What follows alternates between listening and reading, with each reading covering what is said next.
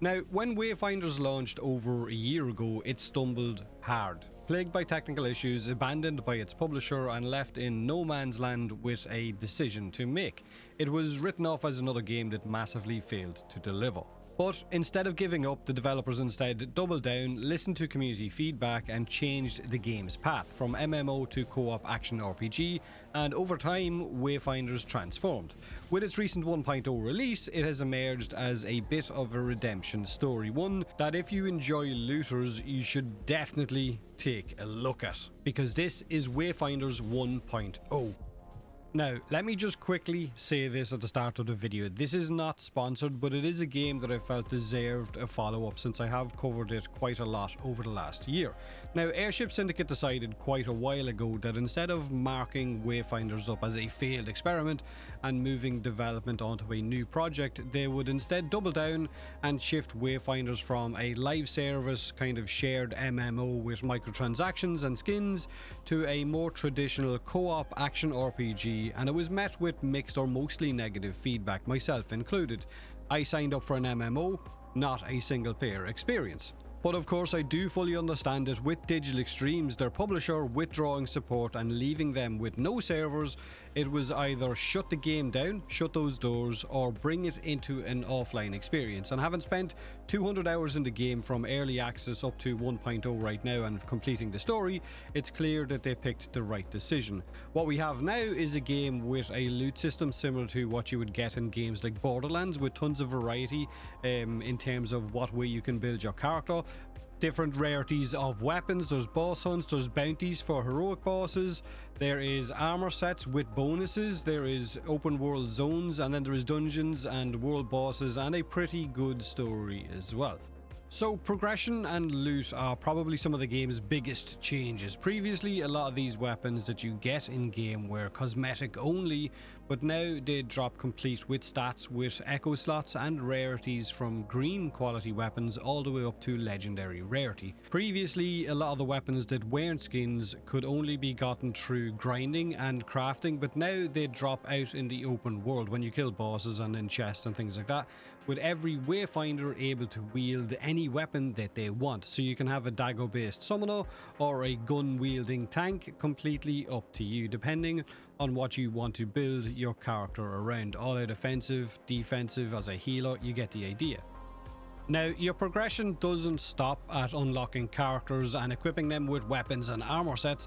Accessories also add another layer of power increase. There is also talent points with 3 different sides for you to progress through depending on what you want your character to be. You have affinity leveling, and you have echoes to further tweak your build and add more uniqueness into how you want to play that given hero. And there is also visual customization options to colour your character's armour and things like that to make your character truly feel like it is your own. Now, with the 1.0 release for Wayfinder, they've added a new spirit summoner character called Lora, which I'll get to now in a second, but this means that it now has 8 different characters for you to level, gear, and check out, each with their own ability sets and playstyles, and these characters will unlock as you progress through this story, so they're relatively easy to get, or you can get them quite quickly. They've added a new open world zone called the Crucible, which means that it now has 3 open world zones. This Crucible also has 2 new Lost Zones, now the Shattered Foundry and the Aegis Vault. Lost Zones are basically dungeons with randomly generated tile sets and events within them. You can also add imbuements to these Lost Zones to add effects and make them more difficult, while also increasing the different types of loot, or I guess resources, you can get from that dungeon run. Now, on top of this, they've also added 6 new weapons, meaning the game has over 40 weapons, I think. They've added 15 new armor sets, they've further improved the game's stability, and have added a lot of quality of life changes over the last few months. But this is basically Lora, Wayfinder's newest character, and she's got a bit of a unique power. She's basically a fighter with the power of a spirit inside her, a spirit that she can summon, and she packs a serious punch. Now her main thing is channeling. When she fights, she will build up power, and once she's fully charged, her moves will be even stronger. Here's a quick breakdown of what her abilities do. Her first one is Clobber, where she will smash enemies with a spirit fist.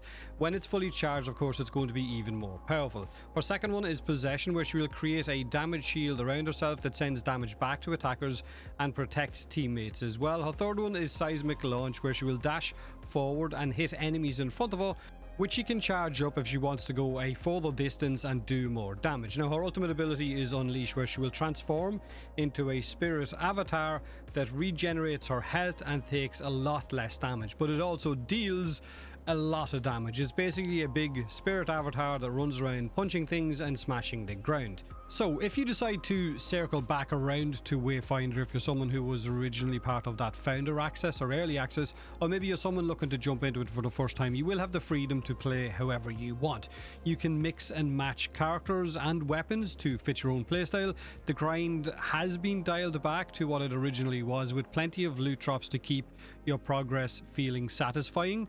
There's gear progression, player housing as well, which I haven't really touched on.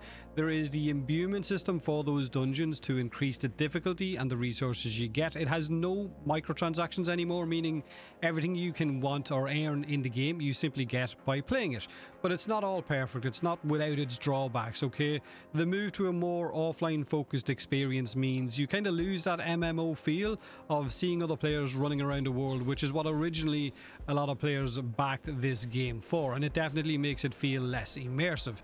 Now the loop of dungeons and constant boss hunts will feel repetitive over time, over a long time, but by that stage I guess you'll have had more than your money's worth. With only 3 open world zones, the exploration will eventually also feel limited for players craving that vast open world.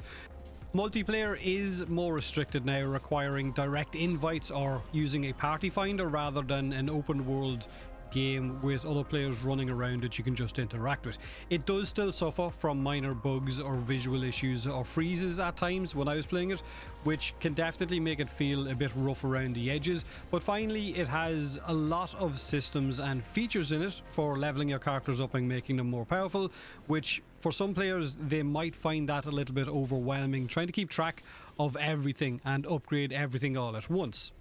But overall, Wayfinder has come a long way with its 1.0 launch, from where it was a year ago, from being left in the dark by its publisher, to the blowback they got from that, to the CEO taking financial losses in order to keep staff employed while the game was being worked on, to where it is right now, which is a fun co-op fantasy adventure with plenty of variety in characters and of course weapons to choose from as well. So it is a game that I would highly recommend. It is quite cheap, it's around $25 right now, and like I said, you will easily sink anything from 50 to 200 hours into it just by leveling the Wayfinders and of course the weapons, not to mention if you're someone that enjoys min-maxing something, then trying to get the perfect echo rolls on weapons in order to allow yourself to deal even more damage.